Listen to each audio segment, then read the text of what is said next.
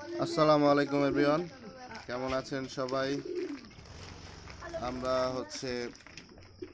ফার্মে চলে আসছি। এই তীব্র গরমে ডিম সংগ্রহ চলতেছে। তো আমরা কিন্তু আফতাবের ফিড খাওয়াচ্ছি এখন, আর আফতাবের ফিডের ডিমের পরিমাণ দেখেন, প্রায় আজকে তো মনে হয় 10 কেজি হয়ে যাবে। হ্যাঁ, ডিমের পরিমাণ দেখেন, খালি দেখেন ডিম খালি, মাশাআল্লাহ প্রচুর পরিমাণ ডিম। অনেকে বলেন যে আসলে তাদের ডিম এর প্রোডাকশন কম। আমারও ডিমের প্রোডাকশন কম ছিল, তো আমি এই আফতাবের ফিড খাওয়ানোর পরে আমি প্রায় 90% ডিম পাচ্ছি, এবং ডিমের সাইজও মাশাআল্লাহ অনেক ভালো।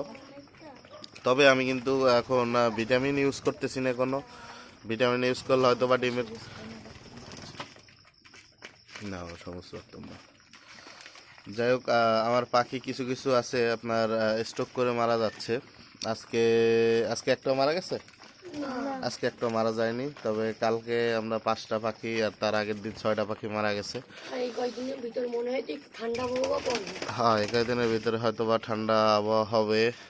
আল্লাহ যদি চায় বৃষ্টি পড়বে, আর বৃষ্টি পড়লে পাখিগুলা পাখি সহ এখন তো প্রতিটা আর কি মানুষ পশু পাখি সবাই খুব কষ্টে আছে। দেখা যাক কি হয়।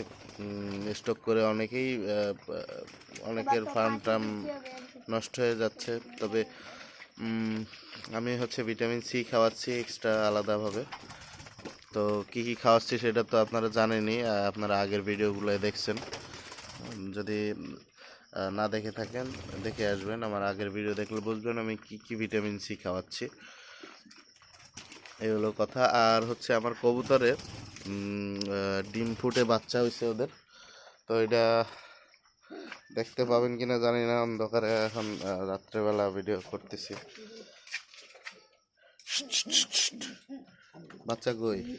এই যে দেখা যাচ্ছে তো সবাই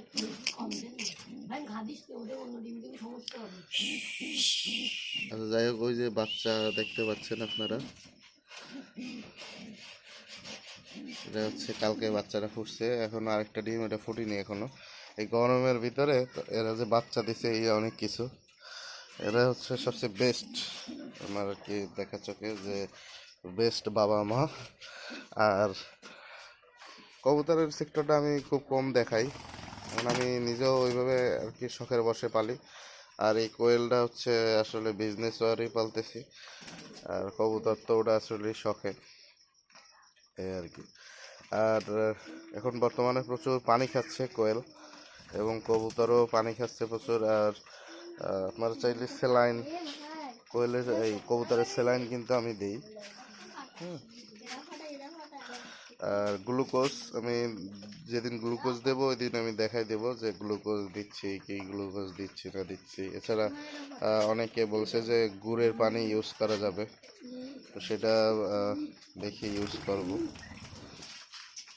তো কারো কোনো প্রশ্ন থাকলে কমেন্ট করে জানাবেন। আমাদের ডিম সংগ্রহ চলতেছে, ফাটা ডিমগুলো আলাদা করে রাখতেছি। অনেকে প্রশ্ন করছেন যে ডিম কীভাবে বেশি দিন রাখা যায়। তো সেটা আপনার ফাটা ডিমগুলো খুব কেয়ারফুলি আপনি আলাদা করে রাখবেন।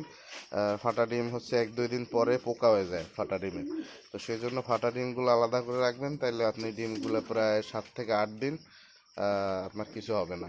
যদি আস্তা ডিম থাকে 7-8 দিন পরে আপনি ফ্রিজে রাখবেন, সেটা আপনি 1 মাস সংগ্রহ করে খাইতে পারবেন ইনশাল্লাহ। তো দেখা হচ্ছে পরের ভিডিওতে। আপাতত এই পর্যন্তই।